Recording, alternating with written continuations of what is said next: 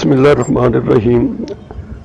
آج ہم ایک گاؤں میں دین کی نسبت سے ایک پروگرام کے سلسلے میں جا رہے تھے، جناب ملک اصغر کے صاحب کے ساتھ ان کی گاڑی میں۔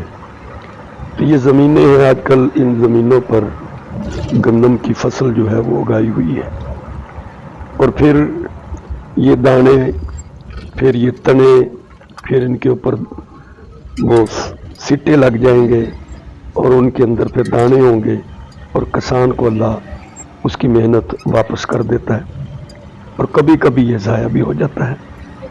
تو یہی انسان کی زندگی ہے کہ انسان کو چاہیے کہ اپنے اعمال میں خالص دانہ ڈالے، یعنی خالص عمل کرے۔ تو جب اللہ کی رضا کے لیے وہ خالص عمل کرے گا، اللہ پاک اس عمل کو بڑھاتے ہیں، اس کے ثواب کو بڑھاتے ہیں۔ پھر جب روز محشر اللہ کے دربار میں جائے گا تو اللہ پاک اس کے ایک عمل کا کتنا سارا اجر اور ثواب اس کو واپس کرے گا۔ ایسا نہ ہو کہ محنت تو کی ہے لیکن اس میں ریا ہے، اس میں دکھلاوا ہے۔